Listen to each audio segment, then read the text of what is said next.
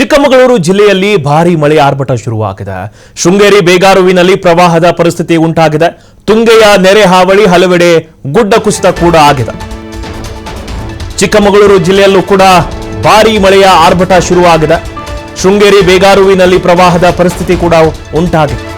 ತುಂಗೆಯ ನೆರೆ ಹಾವಳಿ, ಹಲವೆಡೆ ಗುಡ್ಡ ಕುಸಿತ ಆಗಿರೋದು. ಇನ್ನೂ ಕೂಡ ಮಳೆ ಮತ್ತಷ್ಟು ಹೆಚ್ಚಾಗುವ ಸಾಧ್ಯತೆ ಕೂಡ ಇದೆ.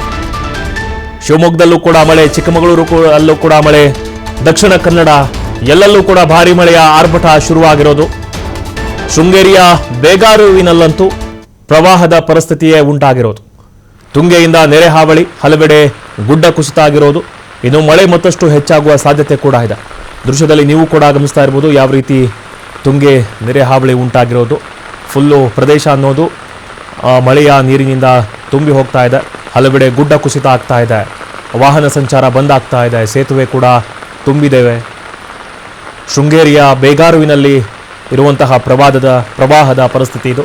ಚಿಕ್ಕಮಗಳೂರು ಜಿಲ್ಲೆಯಲ್ಲಿ ಭಾರಿ ಮಳೆಯ ಆರ್ಭಟ ಶುರುವಾಗಿದೆ. ಇದರಿಂದ ಬಹಳಷ್ಟು ಅವಾಂತರಗಳು ಕೂಡ ಸೃಷ್ಟಿಯಾಗ್ತಾ ಇದೆ.